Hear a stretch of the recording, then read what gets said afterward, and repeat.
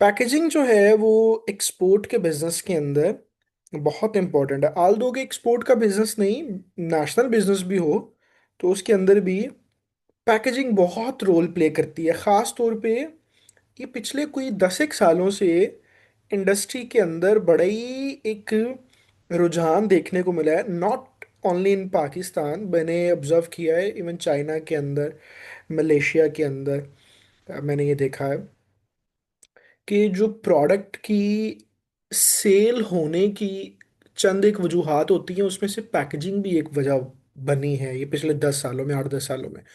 यानी अब लोगों के लिए पैकेज देखना और प्रोडक्ट की अपीयरेंस और वो कैसे पोर्ट्रे हो रही है कस्टमर के एंड कंज्यूमिंग के यूज तक आते वक्त, प्रोडक्ट कैसे आती है, कस्टमर को उसकी फील कैसे आती, तो ये बड़ा ही इंपॉर्टेंट सेगमेंट बन के उभरा है।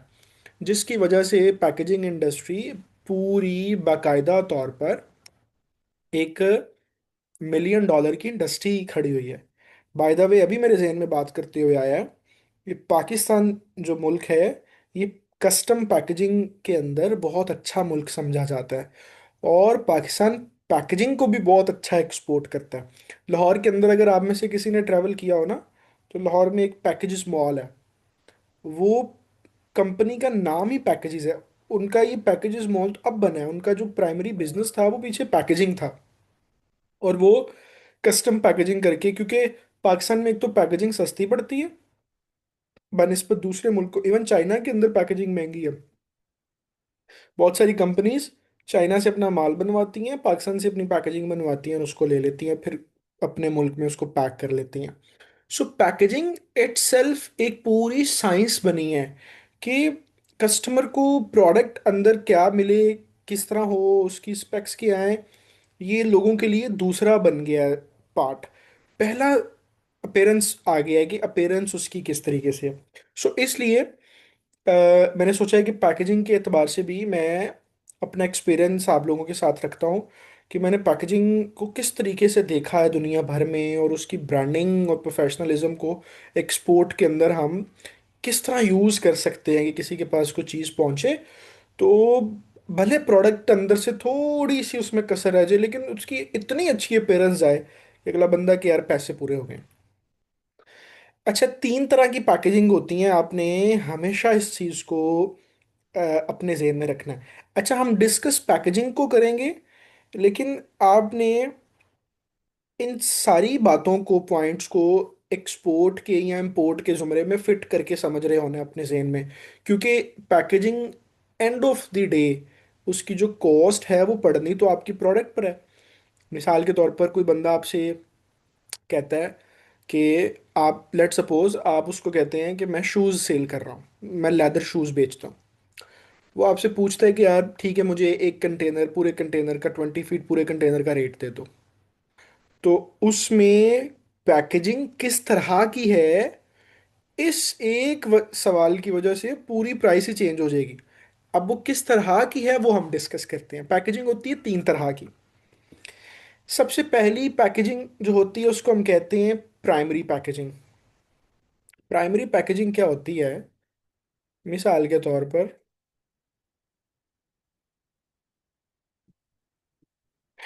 लेट सपोज, एक एग्जांपल मैं आपको देता हूँ। कॉलगेट की ये ट्यूब है, तो अ,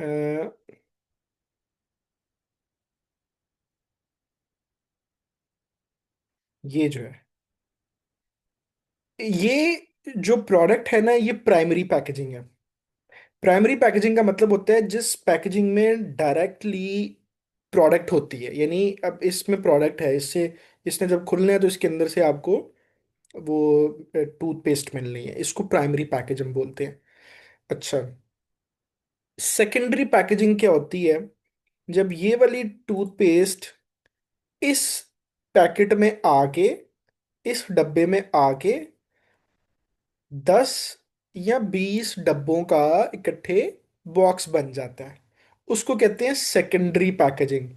लेट सपोज, जैसे आपने अक्सर देखा होगा कि हम इसके लिखते हैं कोलगेट बॉक्स। तो हमें यहाँ पे कोई बॉक्स मिल जाए जिसके अंदर 5 या 10 या 15 की, जैसे ये है। तो अब इसके अंदर ये सारी चीजें पैक हुई और ये एक कार्टन में आ गया, ठीक है, एक बॉक्स बन गया। 10 पीसों का, 50 पीसों, जो भी उसकी अपनी अपने जो भी प्रोडक्ट है आपकी, उस प्रोडक्ट के हिसाब से उसका जो भी साइज है। इसको हम कहते हैं सेकेंडरी पैकेजिंग, राइट। इसके बाद एक पैकेजिंग आती है, उसको हम कहते हैं टर्शरी या थर्ड टाइप ऑफ पैकेजिंग। वो ये होती है कि जब आप इन बॉक्सेस को carton boxes on pallet for container. अब वो जब बॉक्सेस आपस में मिलके इकट्ठे होंगे और इस तरीके से पैलेट के ऊपर आ जाएंगे, तो इसको हम कहते हैं टर्शरी या थर्ड टाइप ऑफ पैकेजिंग। ये पीछे देख रहे हैं आप, ये इसने पूरा इसके ऊपर वो किया हुआ है, रैप किया हुआ है। तो सेकेंडरी पैकेजिंग को इकट्ठे करके एक पैलेट के ऊपर इस तरह से बॉक्स बना देना उसका इकट्ठे, वुडन का या कार्टन का, जो आपकी प्रोडक्ट है। जैसे ये है तो ये इनकी प्रोडक्ट ये वाली वुडन की होगी, वुडन में आने वाली होगी जो सेफ्टी से जाए। तो उसको हम बोलते हैं थर्ड टाइप ऑफ पैकेजिंग। अब लेट सपोज ये यहां से हम समझते हैं, ये 20 फीट कंटेनर है एक मिसाल के तौर पर। कस्टमर ने आपसे पूछा यार मुझे 20 फीट का रेट दो। लेकिन आज इस चीज को देखने और समझने से पहले जब आपको नहीं पता था, तो शायद सबसे पहले आपके जहन में पैकेजिंग नहीं आता होगा, ठीक है। अब एक वही क्लाइंट ने आपसे पूछा कि यार 20 फीट, तो आप सबसे पहले उससे पूछोगे आपको इस आइटम की पैकेजिंग कौन सी चाहिए। क्या मैं 20 फीट का रेट आपको फर्स्ट पैकेजिंग में दूं, प्राइमरी पैकेजिंग में दूं, सेकेंडरी पैकेजिंग में दूं, ट्रेशरी में दूं आपको, या आपने प्रोडक्ट विदाउट पैकेजिंग लेनी है। यानी लेट सपोज कि प्राइमरी पैकेजिंग में तो हमने ये देखा ना कि कोलगेट का उसमें वो है, तो वो तो आइटम इस तरह की है कि वो उसमें आ रही है, यानी कम से कम ये वाली जो है, इसको प्राइमरी तो चाहिए ये जो ट्यूब बंद, वरना ट्यूब खराब हो जाएगी। अच्छा, लेट सपोज आपकी प्रोडक्ट है, शूज ही लगा लेते हैं, ये शूज हैं। तो इसके ऊपर खाली वो थर्माकोल की जो शीट होती है या जो शॉपर होता है थर्माकोल वाला, वो अगर इसके ऊपर चढ़ा दें वो, तो वो वाली पैकेजिंग तो प्राइमरी पैकेजिंग में नहीं होती। उसको हम कहते हैं नो पैकेजिंग, विदाउट पैकेजिंग, कि इसका पैकेज उसने कहीं और से बनवाना है। तो उसने आपसे कहा कि मुझे जो है वो कंटेनर की प्राइस दो, 20 फीट ओपन कंटेनर की प्राइस दो। आपने सबसे पहले क्या पूछा उससे? आपने कहा भाईजान पैकेजिंग कौन सी चाहिए आपको। जब तक आप पैकेजिंग नहीं बताएंगे तब तक तो मैं आपको प्राइस नहीं दे सकता। क्यों? आपके पास 20 फीट के अंदर सीबीएम तो सेम है, या 40 फीट के अंदर सीबीएम तो स्पेस तो सेम है, बट पैकेजिंग आपका प्रोडक्ट की क्वांटिटी के ऊपर असरअंदाज होगी। तो जिस हिसाब से कस्टमर कहे कि जी पैकेजिंग ये चाहिए, उस हिसाब से फिर आपने वो कैलकुलेट करके रखा होता है कि अगर इसको पैकेजिंग नहीं चाहिए तो 20 फीट के अंदर 1,000 यूनिट आएगा। अगर इसको सेकेंडरी पैकेजिंग के साथ चाहिए तो उसके अंदर उसका हो सकता है 800 प्रोडक्ट आए। अगर ये कहते नहीं मुझे third type of full full fledge packed treasury के साथ पैलेट के ऊपर रैक्स लगे हों, चीज़ें लगी हों, तो हो सकता है 700 आइटम्स आए। तो रेट में तो फर्क आ जाएगा। So this is how packaging hierarchy in export, कि आप उसको कैसे काम कर रहे होते हैं। ये पैकेजिंग लोकल नेशनल में इतनी ज़्यादा नहीं चल रही होती, ठीक है। तो एक्सपोर्ट के अंदर आपका सबसे पहले पैकेजिंग के ऊपर ध्यान जाता है और आपको आता है। सर जी, मैं एक चीज़ इधर ऐड करना चाहूँगा। जी। जी जी, अब सर आपने शूज़ की बात की है ना, तो शूज़ में भाइयों के लिए इसमें सर प्री पैक होता है और सॉलिड होता है। जबकि प्री पैक में 12 जो साइज होते हैं सॉर्टेड, और जो सॉलिड होता है उसमें एक ही साइज के सारे शूज़ होते हैं। तो इसी वजह से इसके फिर टेस्ट होते हैं, टेस्ट ईसीटी। सर आज मैंने एक नया टेस्ट सुना है कॉटन का, वो कस्टमर बहुत ज़्यादा डिमांड करता है, मुझे टेस्ट चाहिए इसका। और इसी वाले से। कौन सा टेस्ट बताया? Sir ECT, edge crust test.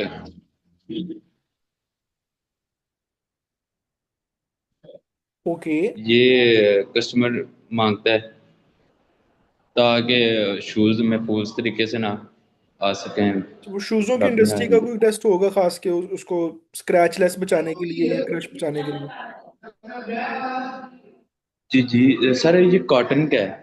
जो कॉटन है ना मुकम्मल, उसका हम्म। होता है।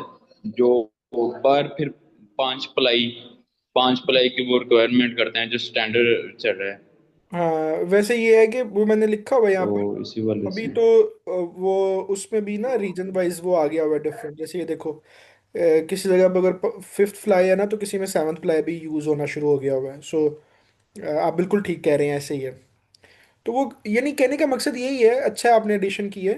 तो मैं बाय द वे बता दूं, ये दनान भाई स्टाइलो में होते हैं एक्सपोर्ट डिपार्टमेंट में, तो इसलिए उन्होंने ये इन्फॉर्मेशन दी है। अच्छा, तो ये बिल्कुल ठीक है।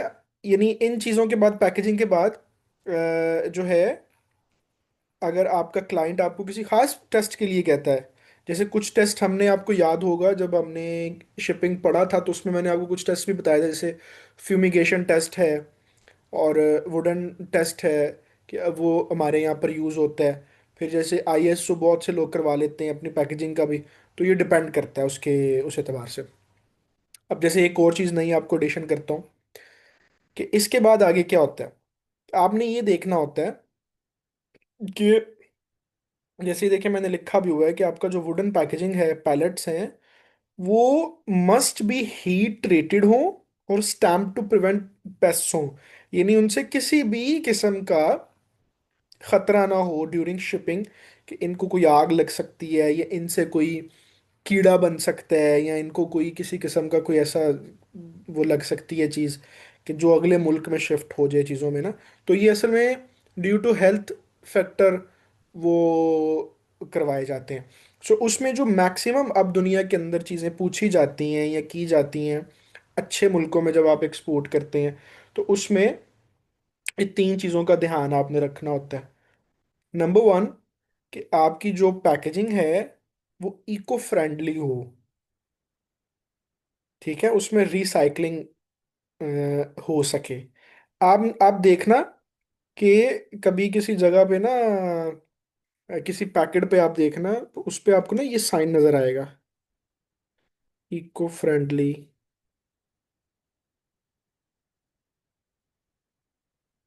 ये ये वाला ऐसे साइन बना हुआ नजर आएगा किसी प्रोडक्ट के ऊपर, किसी बॉक्स पे देखना। तो उसका मतलब ये होता है कि ये जो मटेरियल मैंने यूज किया है, ये इन्वायरमेंट फ्रेंडली है और रिसाइकल हो सकता है। तो ये यूरोप के अंदर बहुत ज़्यादा पूछा जाता है। यूरोप में आपने कोई भी चीज़ एक्सपोर्ट करनी हो, तो आपने जो अपना पैकेज यूज़ करना होता है उसको कोशिश करें इको फ्रेंडली वाला मटेरियल यूज़ करें। फिर अगेन ISO स्टैंडर्ड्स के ऊपर अभी जो दनान भी बात कर रहे हैं, आई एम श्योर कि ये टेस्ट भी ISO स्टैंडर्ड्स में फॉल करता होगा, कि आपने अगर किसी खास आइटम के लिए वो चीज़ करनी है तो उसमें आपका ये स्टैंडर्ड होना चाहिए उसका, कार्टन्स का या वुडन पैलेट का या आपकी पैकेजिंग का। सो आपने अपनी पैकेजिंग की सेफ्टी को भी कंप्लाइंट करना होता है। अब देखिए कितना वो कितनी प्योरिटी की तरफ चीज़ें जाना शुरू हो जाती हैं। हर चीज़ का टेस्ट, हर चीज़ की कंप्लायंस पूरी करनी है, सर्टिफिकेशंस पूरी करनी है। इसीलिए जो एक्सपोर्टर चार्ज कर रहा होता है ना, वो पैसे ज़्यादा चार्ज कर रहा होता है, क्योंकि उसने हर नीड पूरी करनी होती है इंपोर्टर की। कि इंपोर्टर ने सिर्फ ऑर्डर लगाना होता है, मुझे ये चाहिए, ये दोगे तो मैं ऑर्डर लूंगा। तो फिर एक्सपोर्टर भी उसी हिसाब से चार्ज कर रहा होता है। उसके बाद आपने एक खास मजे की चीज, जैसे मैंने यहाँ पे ना ये डिफरेंट अब कंट्रीज को कर दिया है।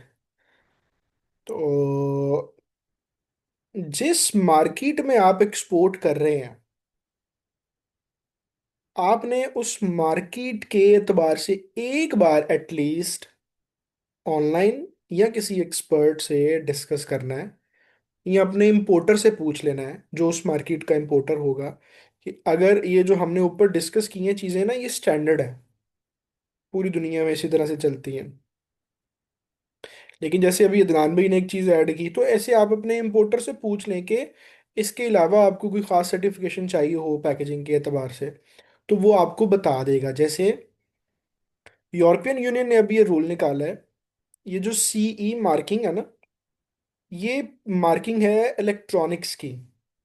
यानी ये वाली मार्किंग आपके जो इलेक्ट्रिक प्रोडक्ट होते हैं, आपने सिर्फ चार्जर के ऊपर देखा होगा, चार्जर सीई, तो इस तरह से उसके ऊपर लिखा होता है, सीई लिखा होगा, है ना।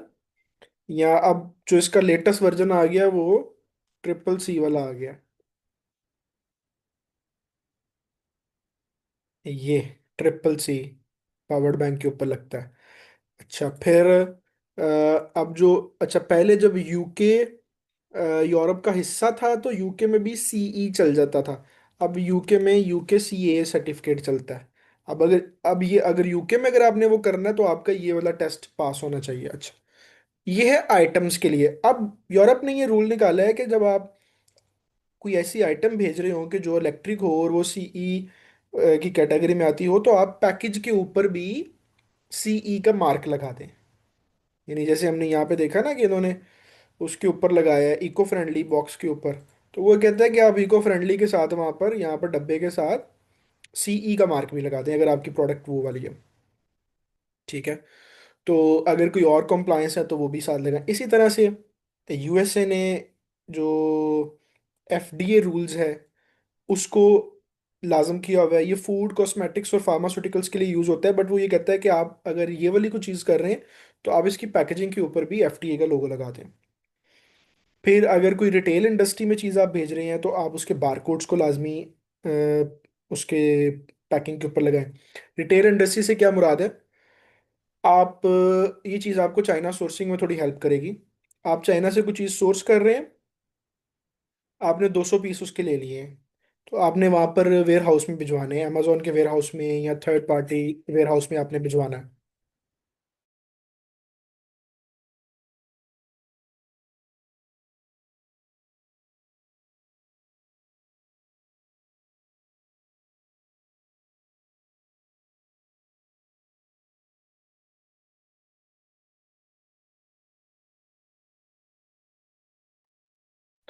तो अ, उसमें ये है कि आपने वो 200 प्रोडक्ट्स ली, आपने वेयर हाउस में भिजवा दी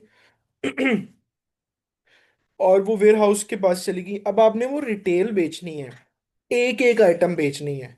तो वो जब वेयर हाउस से प्रोडक्ट्स आउट होती हैं तो उसमें आपके जो यूपीसी बारकोड्स होते हैं ना वो फिर स्कैन होते हैं।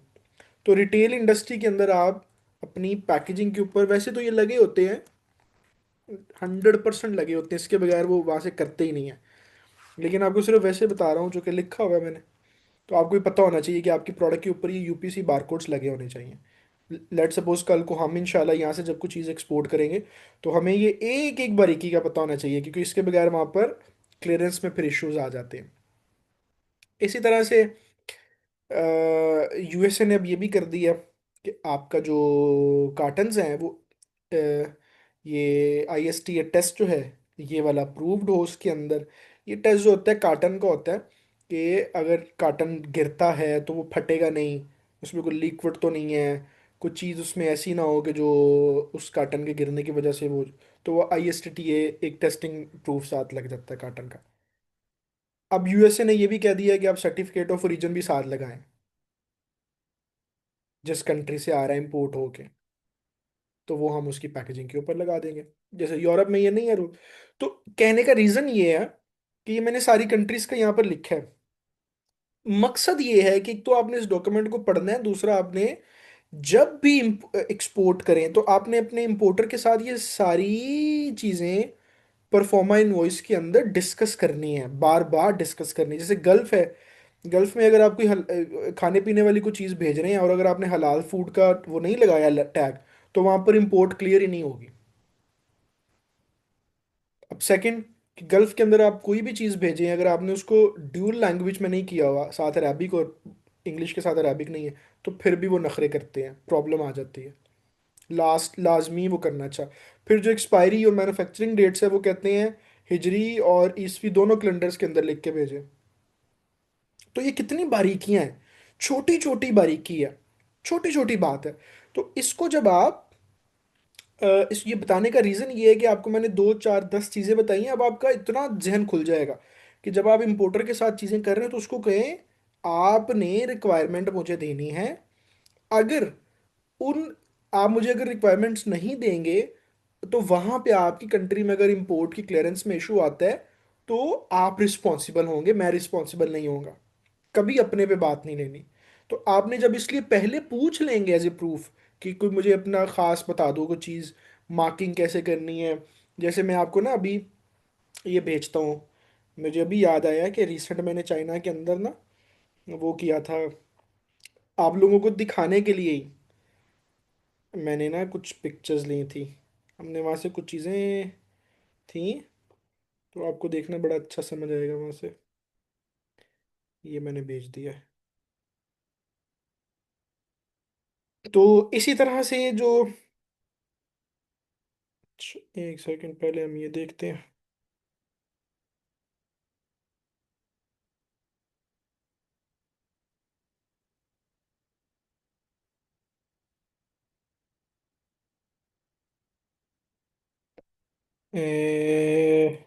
ये, अच्छा जी, ये देखें, सबसे पहले आप ये पैकेज देखें।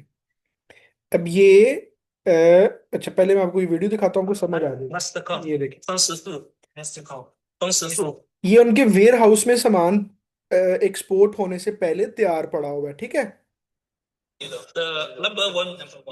देखिए, अब उन्होंने यहाँ पे पूरी जितनी चीजें हम डिस्कस कर रहे हैं ना, सारी उन्होंने इस तरीके से अपने एक पेपर के ऊपर प्रिंट करके निकाली है और पेस्ट कर दी है। अब दूसरी तरफ भी वो ये सारा इनके वेयर हाउस के अंदर इनका सामान। अच्छा, अब ये देखें, हर बॉक्स के ऊपर उन्होंने वो लगाया हुआ है, ठीक है।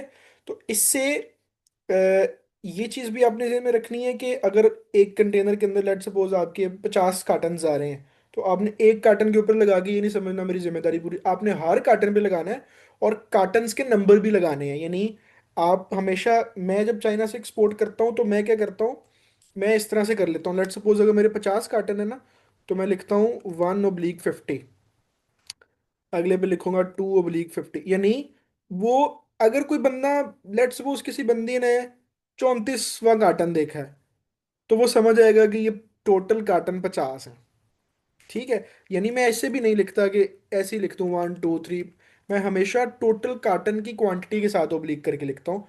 और ये मैंने ओवर द एक्सपीरियंस चीज़ देखी है कि इस तरह से ये ना फायदेमंद होती है। अब मैं आपको ये पिक्चर दिखाता हूँ तो आपको पता चले। ये देखें, अब उन्होंने क्या किया, एप्लीकेंट का नाम एड्रेस लिखा हुआ है। अच्छा, जो इनकी प्रोडक्ट का टीआई नंबर बीआई नंबर है खास, जो इनके अपने प्रोडक्ट का होगा वो लिखा हुआ है। ये देखिए, सर्टिफिकेट ऑफ ओरिजिन लिख दी है कि हमारी कंट्री ओरिजिन क्या है। मैन्युफैक्चरिंग डेट लिख दी है, एक्सपायरी डेट, ये इनकी प्रोडक्ट की रिक्वायरमेंट होगी कस्टमर की तरफ से। कस्टमर का रेफरेंस लिखा है साथ कि हमारे पास जो हमारे उसमें कस्टमर है, ये वाला जो कस्टमर ये है। क्यों, कल को ये कस्टमर कहे कि जी मुझे आपने माल ठीक नहीं भेजा, तो ये कैसे टेस्ट करेंगे कि ये कौन सा कस्टमर था, इसको माल कौन सा। तो उन्होंने कस्टमर रेफरेंस नंबर भी ऊपर लिख दिया अपना। अच्छा, उसके बाद ये देखें नीचे उन्होंने अपना प्रोडक्ट कोड भी दे दिया है। फिर उसके बाद ये देखें, सैनिटेशन रजिस्ट्रेशन नंबर दिया है, वही जो हम बात कर रहे हैं आगे कि आपकी पैकेजिंग जो है वो उस एतबार से हो।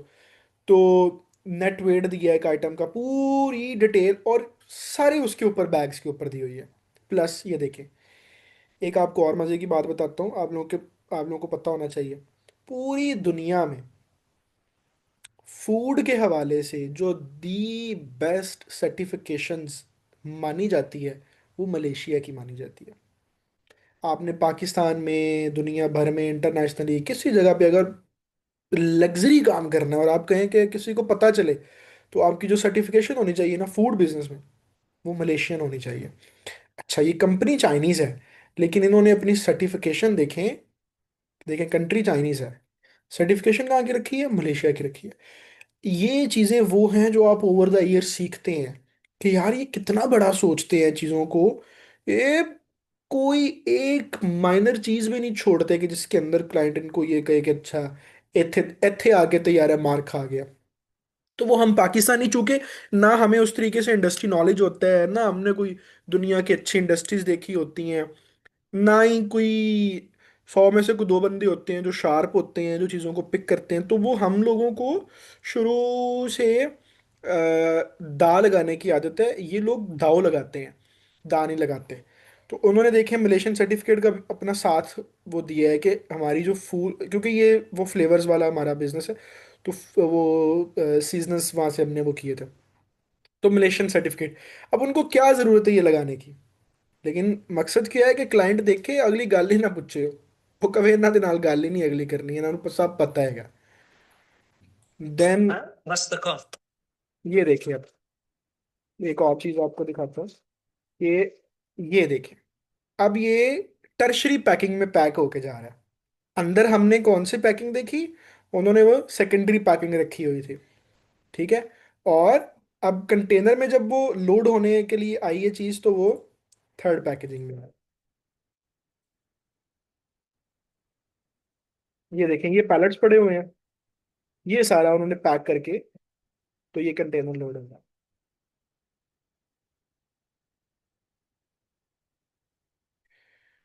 सो ये हम चीज डिस्कस कर रहे हैं इसके अंदर कि आप जिस कंट्री को भेज रहे हैं, आपका जो जिसमें वो है, ये आपको पता है ना, ये एशियन कंट्रीज किसको कहते हैं?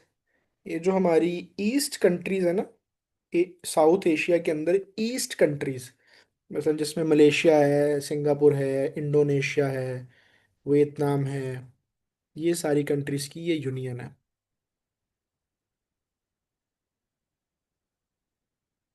तो ये आपको पता होना चाहिए। ये है Singapore, Malaysia, Thailand, Indonesia, Philippines, Vietnam. So ये सारी इनको Asian country, association of south east, जो एशियन कंट्रीज है। तो इनमें ऑलमोस्ट रूल जो है वो एक तरह के होते हैं।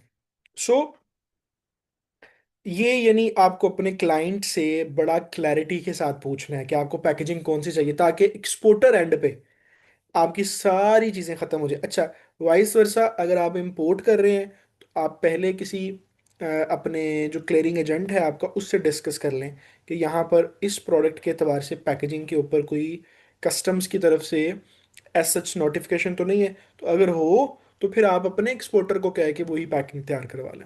और अगर पैकिंग नहीं तैयार करवानी, तो फिर आपके पास यहाँ पे आपकी क्लियरिंग एजेंट के पास ये जस्टिफिकेशन होनी चाहिए कि हमने इसको विदाउट पैकिंग मंगवाया है, क्योंकि हमें कॉस्ट वहाँ पर महंगी पड़ रही थी, और यहाँ पर हमारी कोई कंपनी है, उससे हम ये पैकेजिंग तैयार करवा रहे हैं। वो आपके वो क्लियरिंग एजेंट को पता होता है कि उसकी उसने जस्टिफिकेशन कैसे देनी है।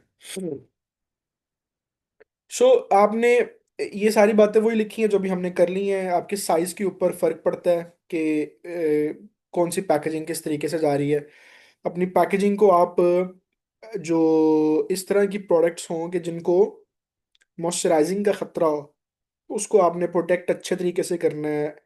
फिर आप जो ट्रांजिट का टाइम होता है, उसको आपने कैलकुलेट करना होता है। लेट सपोज आपके 20 दिन लगने हैं, 22 दिन लगने हैं, तो आपने उसको देखना होता है ये वाली मेरी प्रोडक्ट की जो ड्यूरेबिलिटी है उसमें रहेगी। अच्छा, ये बड़ा मज़े की चीज़ है, मार्किंग एंड लेबलिंग रूल्स। ये भी मैंने चाइना के अंदर उन लोगों में ये प्रोफेशनलिज्म देखा है।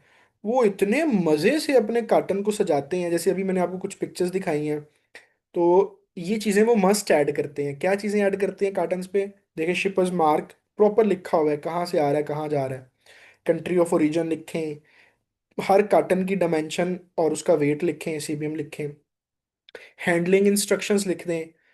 आपने देखा होगा बहुत सारी आइटम्स में, जिन दोस्तों ने इंटरनेशनल सफ़र किया हुआ है, तो वो देखते होंगे कि उसके ऊपर ऐसे हम फ्रिजाइल का टैग लगवा लेते हैं। तो इसका मतलब क्या होता है कि इसको हैंडल आपने केयर से करना है, ये हमारी तरह थोड़ी नाजुक है, कमसन नाजुक जवानी में है। यहाँ आपने अक्सर देखा होगा कि लिखा होगा दिस साइड अप। तो इस तरह का टैग भी अक्सर कार्टन पे लगा होता है। उसका मकसद होता है, ये बॉक्स में वो बता रहे होते हैं कि ये दिस साइड अप, ये टैग होता है, ये बता रहे होते हैं कि यार ये वाली इसकी टॉप साइड है। सो ये लगाते हैं। फिर एच एस कोड प्रोडक्ट के ऊपर प्रॉपर और उसके डिस्क्रिप्शन के साथ लिखें। फिर कंप्लायंस लेबल जो सर्टिफिकेशंस उस प्रोडक्ट के हैं, तो वो, तो इतना मजे का आपका पैकेट बनता है कि वो जब कस्टम्स वालों के पास भी जाता है ना, तो उनको पता चल जाता है ये कोई बंदे का पुत्र है जिसने एक्सपोर्ट किया है, और कोई बंदे का पुत्र है जो इम्पोर्टर है, उसको पता है कि मैंने हर चीज़ उसके ऊपर क्लैरिटी के साथ, हर चीज़ आईएसओ के साथ वो लिख दी है। तो आपका बहुत अच्छा स्मूथ वो हो जाता है। और प्लस ये आपका प्रोफेशनलिज्म भी शो करता है।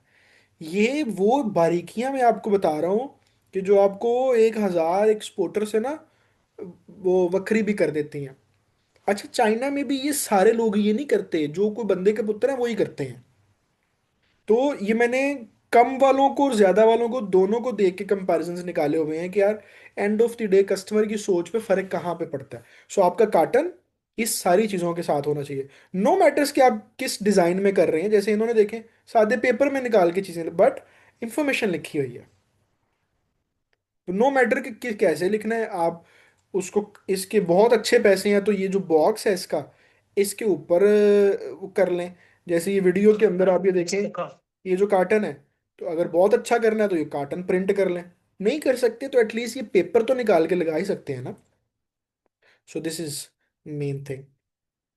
और ये अभी जो हम बात कर रहे थे, अदनान भाई ने भी जो जो बात की, जो कार्टन के क्वालिटी और उसका जो वेट साइज होता है पैलेट का, वो डिफरेंट रीजन्स के अंदर डिफरेंट पसंद किया जाता है। अच्छा, ये वैसे मैंने ऐड तो किया है, लेकिन ये आपको ना freight forwarders on the support भी बता देते हैं कि आप कहाँ पे एक्सपोर्ट कर रहे हैं, तो उसका पैलेट साइज ये होना चाहिए या उसका उसकी क्वालिटी ये होनी चाहिए। क्योंकि ये साइज है ना इसका पैलेट का। पैलेट अभी आपने देखा ना जिसको, जिसके ऊपर वो रख रहे थे ट्रेशरी नीचे जो आती है वुडन की, तो वो फिर उस हिसाब से आपकी कंटेनर पे साइज पे फर्क आता है। So this is the all thing जो सारी हमने डिस्कस की हैं पैकेज के एतबार से। और आई एम श्योर कि आपको, आपने बड़ा ही इसको मज़े से देखा होगा कि, और आपको ये भी एक नई इंफॉर्मेशन मिली होगी कि अच्छा यार इतनी चीज़ें देखनी पड़ती हैं। और ये सारी चीज़ें कहीं ना कहीं आपके रीऑर्डर के ऊपर इफ़ेक्ट करती हैं। आई एम श्योर कि अगर आपकी पैकेजिंग, अच्छा ये तो सारी हमने कंप्लायंस डिस्कस की है ना, अगर इन कंप्लायंस के साथ आपका डिज़ाइन भी अच्छा हो, यानी प्रोडक्ट का इटसेल्फ जो पैकेजिंग का डिज़ाइन है, प्राइमरी और सेकेंडरी, डेफिनेटली कस्टमर रीऑर्डर करता है आपके पास। ये वो चीज़ें हैं जो आपको वो क्लाइंट को रीऑर्डर करने पे मजबूर करती हैं, क्योंकि ये चीज़ें आपको प्रोफेशनलिज्म आपका शो करती हैं। So this is the all thing. अब इस पे आप लोगों से क्वेश्चन लेता हूँ मैं और इसके ऊपर डिस्कशन करते हैं। तो ये वीडियो ख़त्म हो रहा है तो मैं नया लिंक जनरेट करता हूँ, फिर उसमें हम डिस्कस करते हैं, ठीक है। मैं भेजता हूँ करके।